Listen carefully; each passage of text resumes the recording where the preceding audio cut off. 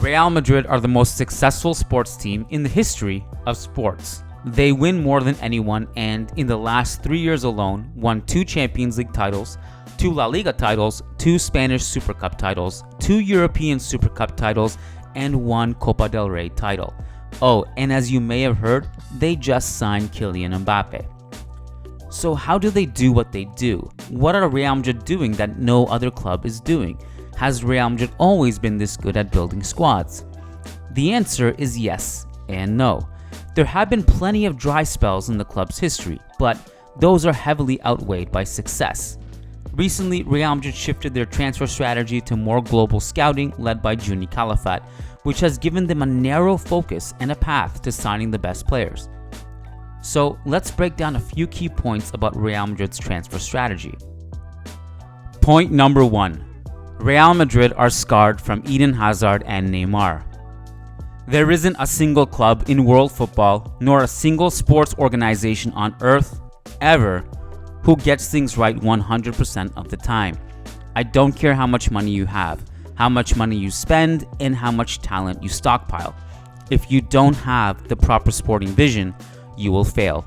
Don't believe me? Look at Chelsea. Zero shortage of money, zero hesitation in buying players, and zero success, a byproduct of zero vision. Chelsea is just one example of bad money management, but there are many. For the purpose of this exercise, we will stick with Real Madrid. Real Madrid equals smart, clear in their thoughts and actions, decisive and patient. They build their squads with intelligence and vision. They prioritize character, versatility, marketability, and love for the club. Does that last one, love, sound too abstract? It might to you, but it's just as important as everything else. If you don't want to be at Real Madrid, you will not be held against your will. The door is open. Leave. The players who are at Real Madrid right now are at Real Madrid not just because they're great, but because they want to be part of something special. The ethos, the why, as Simon Sinek would put it, is clear. But let's not sugarcoat it and swoon too extremely. It wasn't always like this at Real Madrid, a club that has had plenty of bad eras stemming from bad management. Even in this era, where they are rightfully lauded, they have had misses and failed decisions. We'll get to those later in the video. For now, we'll focus on 2 players in particular, Neymar and Eden Hazard, both misses for 2 different reasons. Let's talk about Neymar. On May 26, 2013, in the middle of the night in Spain, Barcelona announced officially that they had finally wrapped up Neymar. It was a transfer saga that lasted more than 2 years, a transfer that, as it was later unraveled in humiliating fashion for then Barcelona president Sandro Rosell, replete with hidden figures and lies. Still, Neymar was secured, as nefarious as it was behind the scenes, and Real Madrid looked on as Barcelona signed a wonder kid that they had their eyes on. But they didn't just have their eyes on him. They were ready to lock him up in 2011 when Real Madrid CEO Jose Angel Sanchez met with Neymar's camp.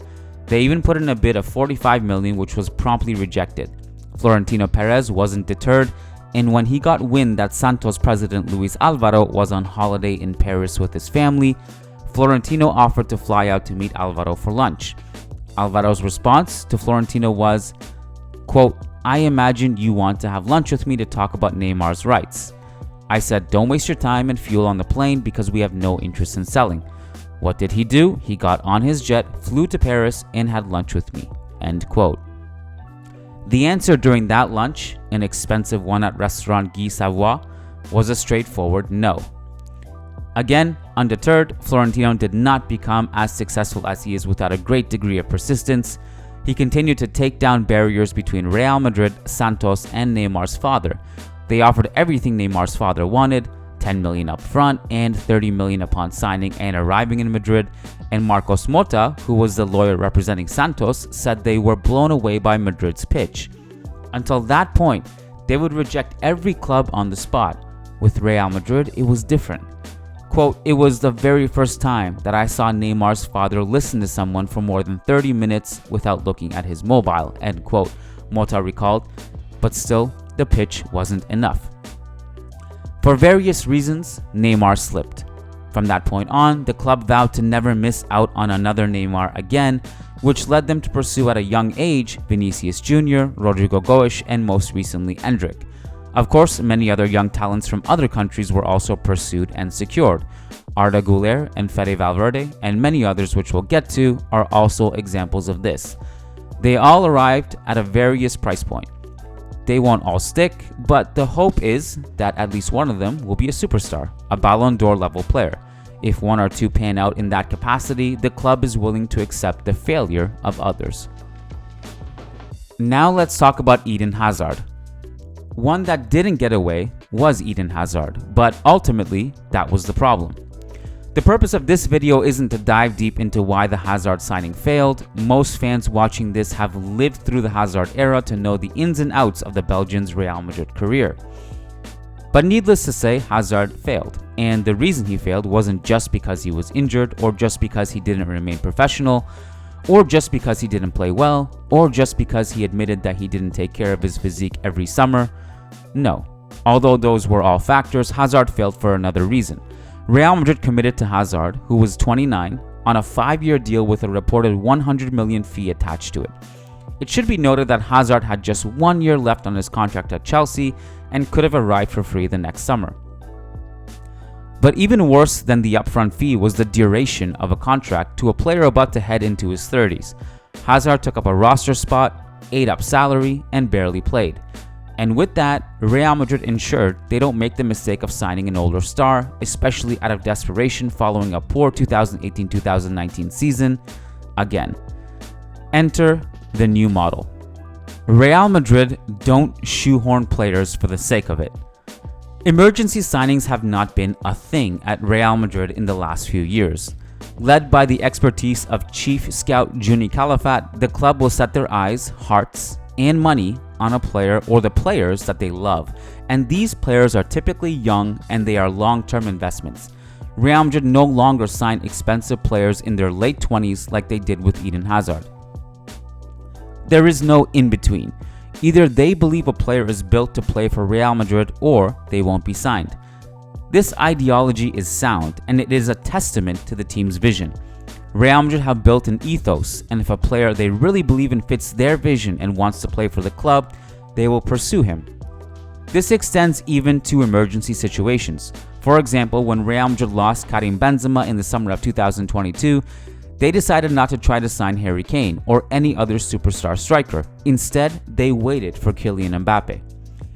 A similar situation has happened now in 2024. Real Madrid wanted to sign Lenny Yoro and they couldn't get him. And despite losing out on him, while also losing Nacho, who played a whopping 1,700 minutes last season, they are not going to sign someone else just because they have to. They will believe in the remaining players and count on Aurelien Tchouameni to play center back as needed until they find their next center back, the one that they truly want. Now let's talk about market opportunities. Market opportunities are a big part of Real Madrid's transfer strategy, as they should be, despite it not being as obvious as scouting specific players. Real Madrid are very good at capitalizing on players falling into their lap, even if they hadn't been scouted for long periods. Antonio Rudiger is one such example. In 2022, his contract with Chelsea ended, and Real Madrid stepped in, bringing in a quality, experienced defender. Another recent example is Fran Garcia. Though previously a Real Madrid player, the club had rights to him after selling him to Rayo Vallecano, which meant that when Bayer Leverkusen tried to purchase the Spaniard, Real had the right to intervene, and they did. Of course, Fran Garcia is a lower profile signing, and Real Madrid also have misjudged on market opportunities before, for example, intervening to bring Mariano Diaz when Sevilla tried to sign him from Lyon being one such case. But for the most part, Real Madrid are on their toes when market opportunities do arise. So how about the quote-unquote misses? No club gets everything right, but Real Madrid do come as close as it gets. Still, there have been misses, and some of them are more expensive than others. We already discussed Eden Hazard, the most costly of the bunch, but there are also others, namely Luka Jovic, who was highly rated and did have a very strong 2018-2019 season with Eintracht Frankfurt. But Jovic, with his hefty 63 million price tag, didn't pan out. There were also cheaper misses, like Reinier Jesus, who was 30 million from Flamengo. But Real Madrid are okay that one of the 3 Brazilian signings from that crop failed, knowing that Vinicius and Rodrigo panned out. It's all about the ratios and the cost-benefit analysis, which for Real Madrid is overwhelmingly positive. Other wonder kids who don't make it at Real Madrid, like Achraf Hakimi and Martin Odegaard, are still a financial success, and that's an important point too. In the cases of these players, and surely others like them in the future, Real Madrid won't be able to accommodate them, in which case they can flip them for a profit. Are there flaws in the strategy? No strategy is perfect. There are clear risks to not having Plan B signings when the team needs one. This is clear now in the summer of 2024, where the club have just lost Nacho, as well as their scouted target, Lenny Yoro. Heading into the 2024-2025 season, Real Madrid have, for the center-back position, David Alaba, who will possibly not be back until 2025, Eder Militao, who is still finding his feet since returning from an ACL injury, Jesus Vallejo, who only played 3 games last season due to both physical and mental struggles, and of course, the great Antonio Rudiger. Taking all of that into consideration, it is entirely possible that Real Madrid will suffer a stretch this season where they have 2 center backs available, and it could be Antonio Rudiger and Aurelien Tchouameni, who is not a center back but can play there quite reliably. But is that really so bad? Is that really riskier than signing someone you don't want? Someone you're committed to that doesn't work out? Both options have a risk. Real Madrid have calculated that and know that they can rely on the versatility of their squad, and if they really need to, on their talented Castilla center backs like Joan Martinez or Jacobo Ramon. Keep in mind that some of the greatest youth players in Real Madrid history, like Raúl, Butragueño, Casillas, Piri, and many others, all came up during times where Real Madrid couldn't sign other players and had no choice but to promote. So, while there are drawbacks to Real Madrid's strategy, the cost-benefit analysis shows that their methods work, and given the trophy count, it works better than any other method on earth.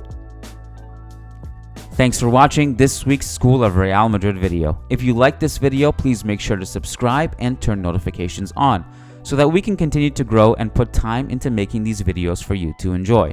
Also, don't forget to follow us on Twitter, Instagram, and Facebook.